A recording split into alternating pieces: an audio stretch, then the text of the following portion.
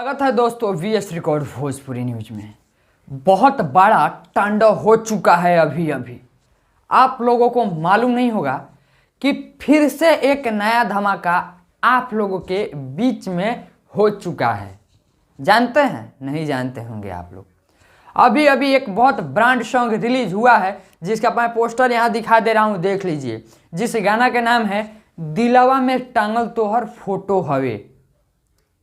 दोस्तों, दिलवा में टांगल तोहर फोटो हवे बहुत ही धांसू रोमांटिक सॉन्ग है जो कि सुनिएगा तो आप लोगों को बहुत अच्छा लगेगा। उससे पहले मैं कहना चाहूँगा कि जो भाई मेरे इस चैनल को सब्सक्राइब नहीं किए हैं, कृपया आप लोग सब्सक्राइब करके जुड़ जाइए, क्योंकि हर एक खबर धनंजय धड़कन जी के रिलेटेड आपके पास सबसे पहले पहुंच सके। तो जानते हैं दोस्तों, अभी जस्ट जिस चैनल का नाम है आदित्य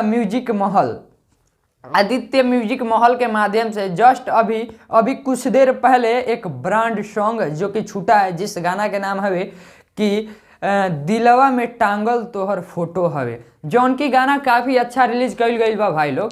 बशर्ते आप लोग जाके वो गाना के सुनी और प्यार दुलार आशीर्वाद दी। जौन गाना के नाम बा दिलवा में टांगल तोहर फोटो हवे, जौन की गाना आदित्य म्यूजिक महल के माध्यम से रिलीज कल गल बा।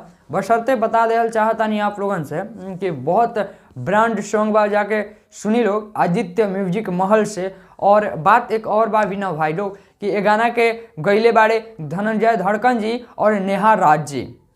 डुएट सॉन्ग बा जौन गाना के गईले बाड़े नेहा राज जी और धनंजय धड़कन जी। वहीं एक गाना के संगीतकार बाड़े जो कि सोनू सरगम जी और राजा भट्टाचार्य।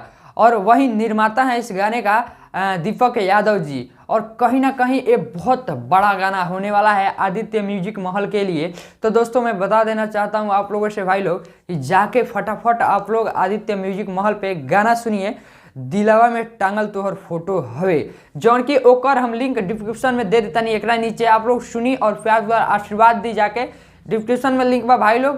तो रउआ लोगन के भाई हम विक्की सिंह फिर मिलता नहीं नया अपडेट के साथ। तब तक के लिए जय हिंद, जय हो भोजपुरिया समाज।